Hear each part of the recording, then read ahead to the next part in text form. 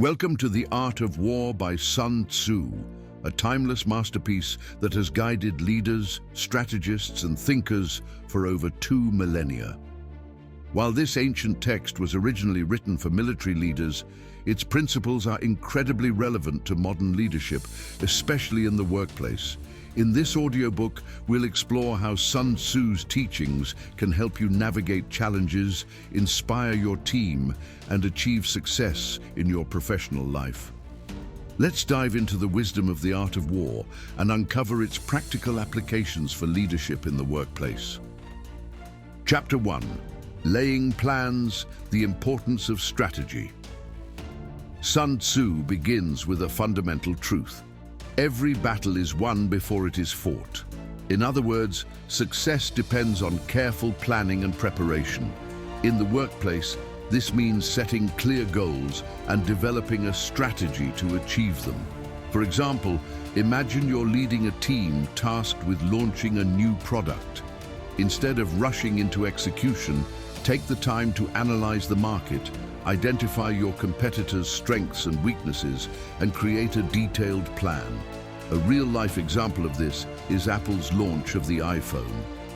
Before releasing the product, Apple spent years researching, developing, and refining their strategy. They didn't just create a phone, they redefined the entire smartphone industry. By laying a strong foundation, they ensured their success before the product even hit the market. As a leader, your ability to plan and strategize will set the tone for your team's success. Remember, failing to plan is planning to fail. Chapter 2. Waging War. Managing Resources effectively. Sun Tzu emphasizes the importance of managing resources wisely. He writes, "The skillful fighter puts himself into a position which makes defeat impossible." In the workplace, this means allocating your team's time, energy, and resources effectively. For instance, if you're managing a project with a tight deadline, prioritize tasks that deliver the most value and delegate responsibilities to team members based on their strengths. Consider the example of a software development team working on a new app. Instead of trying to build every feature at once, they focus on the core functionalities that will provide the most value to users. By managing their resources wisely, they deliver a minimum viable product, MVP, on time and continue to improve it based on user feedback. As a leader, your ability to allocate resources strategically will determine your team's efficiency and success. Chapter 3. Attack by Stratagem. Winning without conflict. Sun Tzu teaches that the ultimate victory is winning without fighting. He writes, "The supreme art of war is to subdue the enemy without fighting." In the workplace, this principle translates to resolving conflicts and achieving goals through collaboration and negotiation rather than confrontation. For example, if two team members have a disagreement, instead of taking sides or imposing a solution, facilitate a conversation where they can find common ground and work together toward a resolution. A real-life example of this is how Netflix handled its transition from DVD rentals to streaming. Instead of fighting against the changing market, they adapted their strategy and embraced innovation.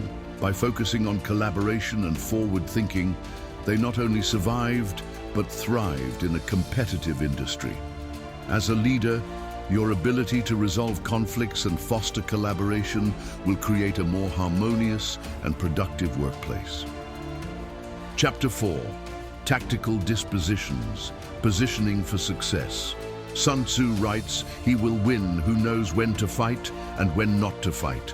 This principle is about choosing your battles wisely and positioning yourself for success.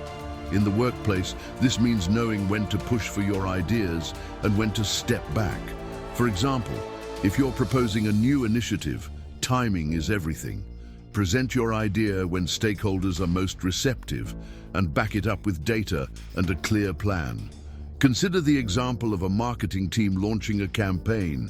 Instead of releasing it during a busy holiday season when it might get lost in the noise, they wait for a quieter period when their message can stand out. By choosing the right moment, they maximize their impact. As a leader, your ability to position yourself and your team strategically will give you a competitive edge. Chapter 5. Energy. Harnessing team momentum.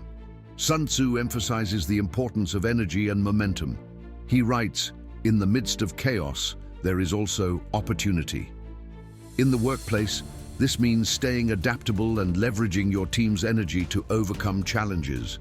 For example, if a project hits a roadblock, rally your team around a new approach and use their collective energy to find a solution. A real-life example of this is how SpaceX handled the failure of its early rocket launches. Instead of giving up, they used the setbacks as opportunities to learn and improve. By harnessing their team's energy and determination, they eventually achieved groundbreaking success. As a leader, your ability to inspire and channel your team's energy will help you turn challenges into opportunities. Chapter 6. Weak points and strong. Leveraging strengths.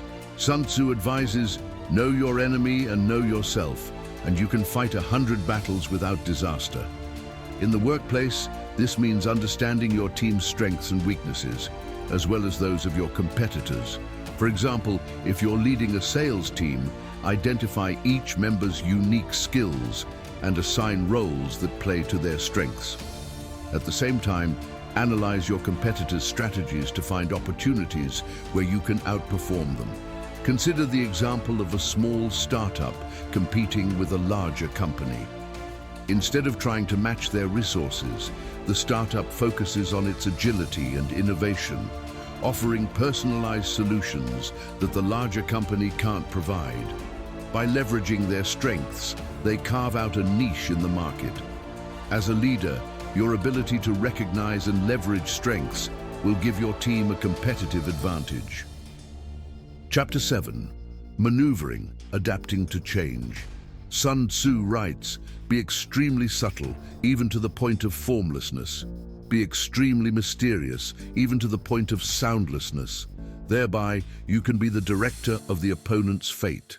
In the workplace, this means staying flexible and adapting to changing circumstances.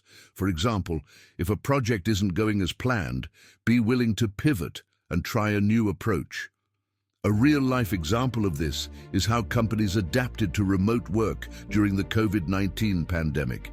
Instead of resisting the change, many leaders embraced it, implementing new tools and processes to keep their teams productive. By staying adaptable, they not only survived, but discovered new ways of working.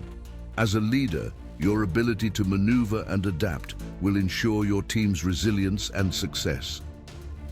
Sun Tzu's The Art of War is more than a military strategy guide. It's a blueprint for effective leadership. By applying its principles to the workplace, you can inspire your team, overcome challenges, and achieve your goals. Remember, leadership is not about commanding from the top. It's about guiding your team with wisdom, strategy, and adaptability. Whether you're planning a project, resolving conflicts, or navigating change, the lessons of the art of war will help you lead with confidence and clarity. Thank you for joining me on this journey through the art of war. May its timeless wisdom guide you in your leadership journey and help you achieve victory in all your endeavors. For more audiobooks and book summary, subscribe to the Corporate Stickman channel and click on the notification bell to keep yourself updated on more self-improvement videos.